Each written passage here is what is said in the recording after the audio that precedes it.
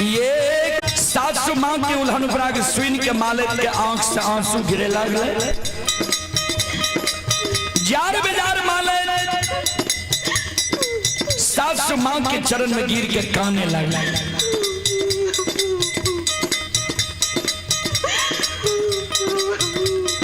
सास के कहे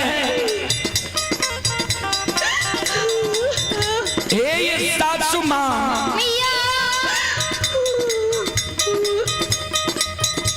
किया हमरा नैहर के उपटे छिया,